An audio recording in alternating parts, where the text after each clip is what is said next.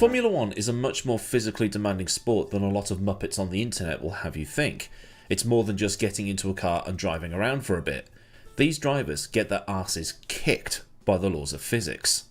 Formula 1 drivers, fighter pilots and astronauts.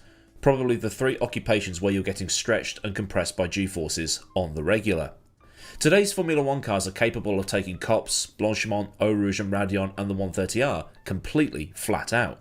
And the cars are producing so much downforce, they are generating as much as 6G through those particular corners. And it's not a one-off thing either, because they're doing that lap after lap after lap after lap.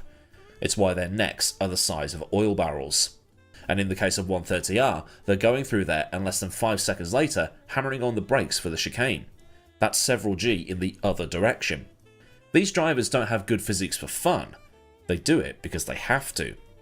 And I've had the privilege of sitting in a Radical SR10 and being lobbed around Silverstone. So not only was I on my home Grand Prix circuit, I got to experience some of the stuff that a driver will go through while racing. Now this experience was conducted in the wet, so I probably didn't get the full experience of what an F1 driver would go through. I mean, it's a Radical SR10, it doesn't have anywhere near the downforce. But even though it was in the wet, my neck was aching after the second time through Stowe, and holding my head up when the brakes went on was hard work, even with a hands device. And I would love to have another run around there in the dry. It was absolutely epic. When I pulled over on the way home to get a coffee, I couldn't get out of the car. It broke me. But then again, look at me. I look like the Michelin Man. So you can imagine then the confusion generated as Formula 1 has declared this weekend's Singapore Grand Prix a heat hazard race.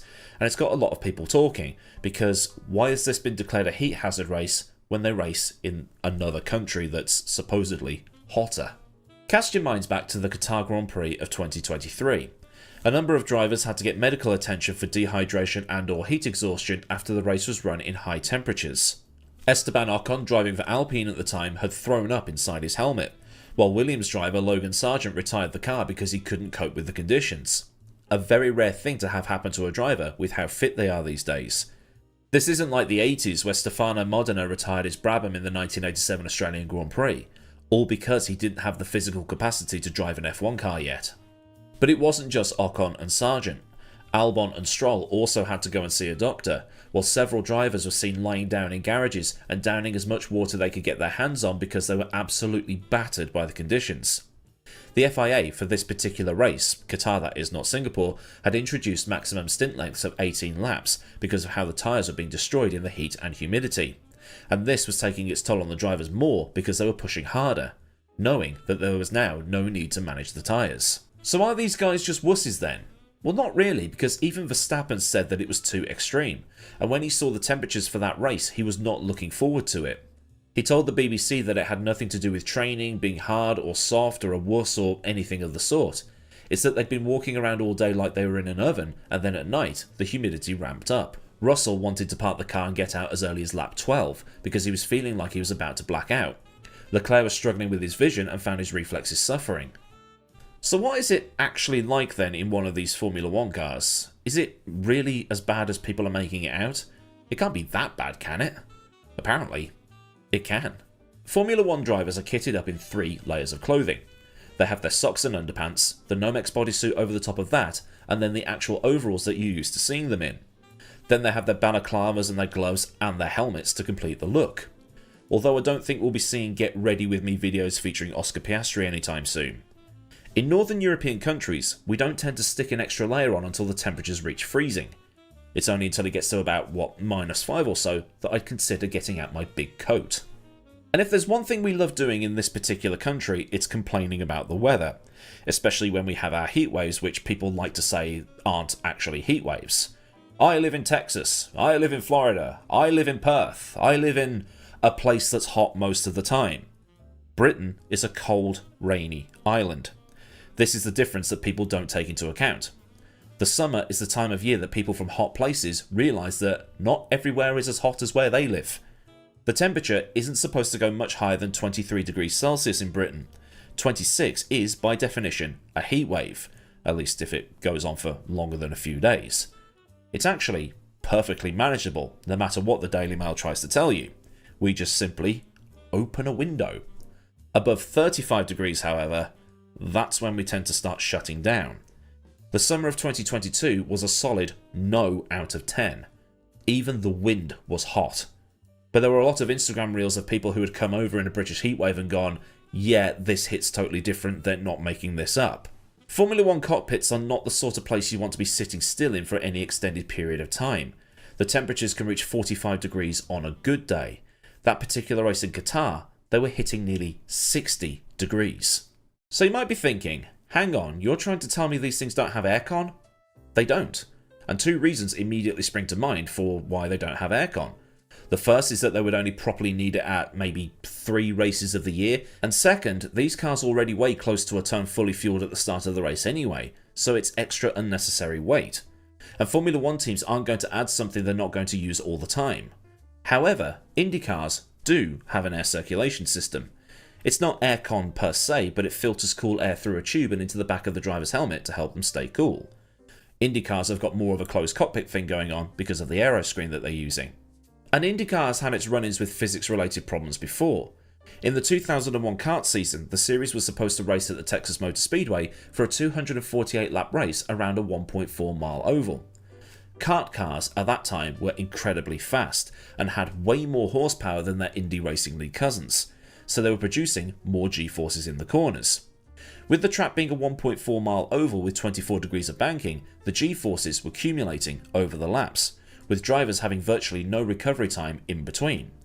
Mauricio Gugelmin was able to run the entire track flat in testing, and then crashed when they arrived there for the actual race weekend, resulting in bruised shoulders and bruised ribs. But 2 drivers had visited Dr. Stephen Olvey, who was kart's Professor Watkins, citing dizziness and disorientation after hitting speeds over 230 miles an hour. The 2 drivers were never named, but Tony Kanaan and Alex Zanardi were 2 other drivers who mentioned having something similar. Max Papis couldn't tell whether he was on the front straight or the back straight, and one driver fell over once he got out of the car.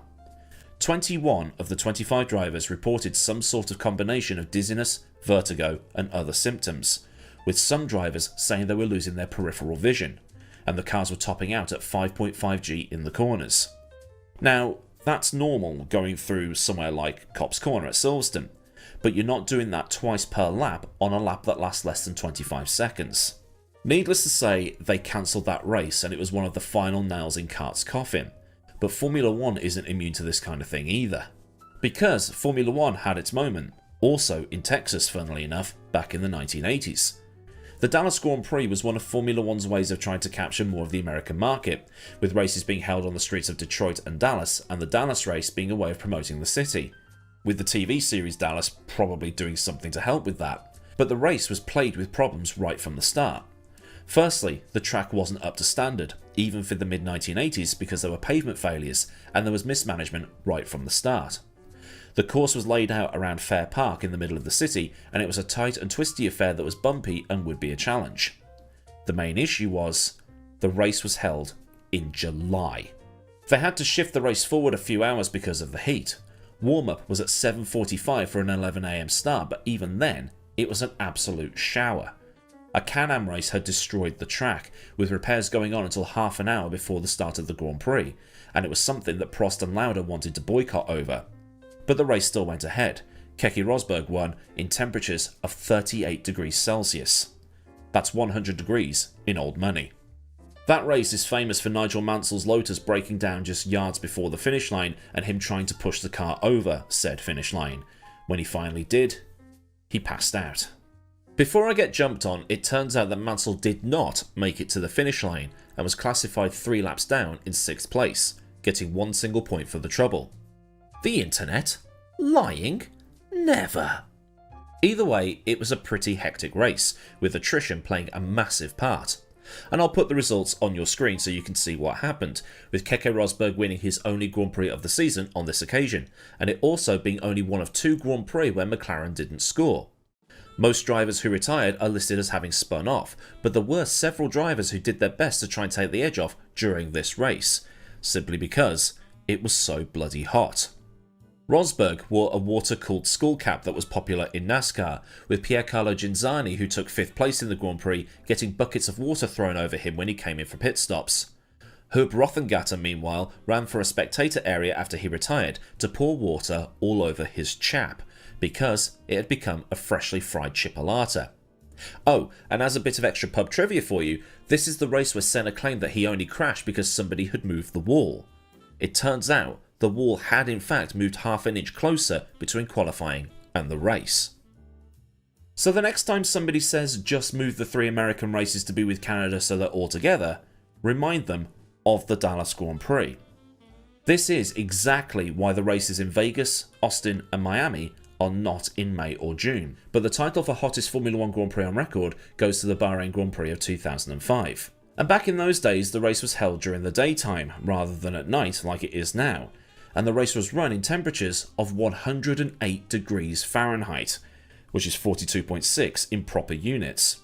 The track temperatures meanwhile were hotter than 55 degrees Celsius, which beat the previous temperature records set at the 1955 Argentinian Grand Prix and the previously mentioned race at Dallas. But drivers were still struggling with the heat in Bahrain.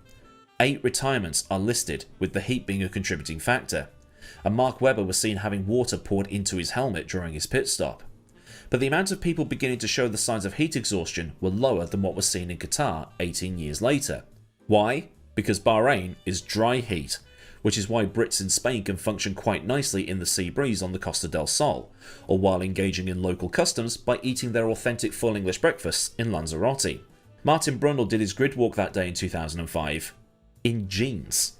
So with humidity being a big talking point for this year's Singapore Grand Prix, what is Formula 1 going to do about it? The expected temperature in Singapore for this year's race is 31 degrees.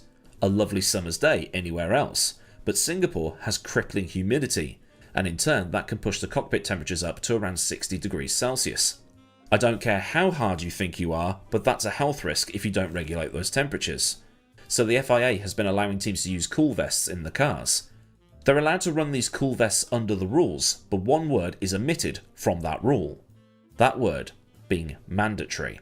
The only mandatory thing about it is that the teams have to have these systems fitted inside the car. It's so the teams can use the vests if they want to, but it also means that teams aren't going to have a weight advantage if they don't fit a system. The teams have also been using these cool vests on and off over the course of the year, with George Russell using it at Bahrain towards the start of the season. It's essentially a fire-resistant vest that has piping on it, and then cold liquid is circulated through those pipes to help keep the driver cool. The issue is, it's an extra layer of clothing, and if it fails or becomes disconnected, then it can make the drivers hotter, because it's now acting as an insulator. Formula 1 isn't the first motorsport to adopt this. These vests have been used in V8 supercars for years, as well as the already mentioned helmets with tubes in the back. These vests see a lot of use at the famous Bathurst 1000, where drivers can be in the car for a long time in heat and humidity. The cars will have boxes of dry ice that evaporate with the cold air then going through the tube into the back of the driver's head, and the cool suit just adds to the cooling. However, in the heat of a pit stop cycle with drivers swapping over, the systems can get damaged or not plugged in properly. And a few years ago, a driver had to be physically pulled out of the car and doused in water because he'd succumbed to the 50-degree cockpit temperatures. At least in Formula 1, you've got air coming into your cockpit when you're travelling at speed. And Singapore is often regarded as being the most physically demanding race of the Formula 1 season. The track is incredibly bumpy, it's got more corners than the Muller yogurt factory, and it's run in absolutely mental conditions. Which means that it can often run close to the 2-hour time limit. I went through the first few Singapore Grand Prix results on Wikipedia, and they were finishing at around 1 hour 55 and 1 hour 59. Usually because there's a safety car or two involved. This being because, well, it's a street circuit. Runoff is at a premium, so a crash or a mechanical retirement will usually mean a safety car while they clean the mess up. In 2012, 2014, 2015, 2017 and 2022, the race went over 2 hours. But with the modifications made to the track to take out turns 16 to 19, this has reduced the lap time by around 10 seconds. As such, the overall race time has now dropped by around 10 minutes, so it's a step in the right direction. So are all the drivers going to be using these vests then? Well, the answer is looking like yes. Nico Hulkenberg said that if you don't run the vest, you have to carry 500 grams of ballast anyway, so you might as well run it. Lance Stroll said the same thing. But there are some concerns as to whether or not the vest will last the race distance, and some drivers have got some comfort issues because the vest isn't a spec part. At least, not yet anyway. Alonso had the pipes digging into him because of how the belts go around it, while Russell found the pipes on his vest dug in while going through high G corners. But with Singapore not having any high G corners, he should be fine. The other issue they need to look at is, will the vests last the distance of the Grand Prix? Because the technology is still pretty new, at least in terms of being implemented on Formula 1 cars, the teams are all using different setups. Carlos Sainz at Williams said that the longest they've had theirs running was about 30 minutes, but then followed that with the point that if it was to fail, he should be able to hop out of the car at the end feeling okay, because the vest would have reduced the suffering by about 30 minutes or so. Alonso said that they've been able to run theirs at Aston for up to an hour all through free practices with no problems, so he's hoping it will go through the race as well, which will now be shorter thanks to the changes made to the circuit 2 years ago. But Haas have still got some issues that they need to iron out with their particular setup. Ollie Bearman was saying that he's got some sort of ice in his vests, whether that's dry ice or water ice, but either way, when that ice melts, it's just pumping hot water or hot gases around the system, which isn't going to make him cooler, it's going to make him warmer. So they still need to find out what the best trade-off is with this whole thing. But it's still something to have a look at least from the FIA standpoint, and also Formula 1 as a whole, with how the scheduling of the season goes, as well as where they race in the first place. With these heat warnings coming in, some people are going to be quick to say, just get rid of these specific races and give a race back to a country in Europe, or something along those lines, which was a common theme in the BBC's article on this particular subject, down in the comment sections. And we've already seen some scheduling move around when the host country is a little bit on the hot side, like when the FIFA World Cup was held in Qatar in 2022. The matches were all played at night, and the World Cup was held in December instead of during July, just to try and mitigate the heat.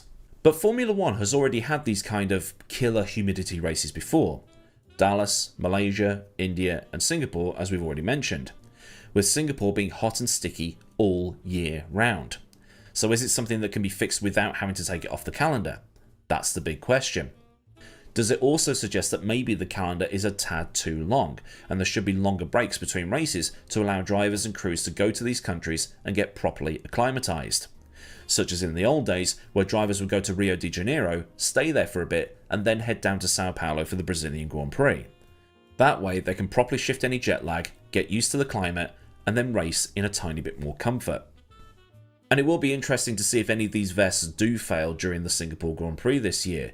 Will somebody have to pull out of the race because they simply cannot handle it anymore and it's just too dangerous for them to continue racing because of blurred vision and potentially blacking out and fainting and vomiting and everything else? It's a wait and see approach. At least they've moved the Qatar Grand Prix closer to December now, just to get rid of that heat risk, if you want to call it that. It's now a lot later in the season than it was in 2023, but as always with these things, do leave your opinions down in the comments. So then, a look at the discussion around the Singapore Grand Prix and how the heat and humidity has been noted by the FIA, as Singapore is one of the hottest and stickiest races of the year. If this has given you some food for thought, then do like the video so I know a good job was done, and for more from the channel, get subscribed and also get the bell on so you never miss out on anything else that I do around here. Massive thanks as ever go out to the mad lads over at Patreon who continue to support me at a more personal level, and if you want to help with the picture purchases or otherwise keeping the lights on around here, a link to Patreon will be in the description, along with links to Discord, socials, affiliates and any other bits and bobs you might want or need to know. Or there's super thanks for any one and done donations, and memberships if you want a Patreon but without the Patreon. So until next time, I've been Aidan, have a great day wherever you are, and goodbye.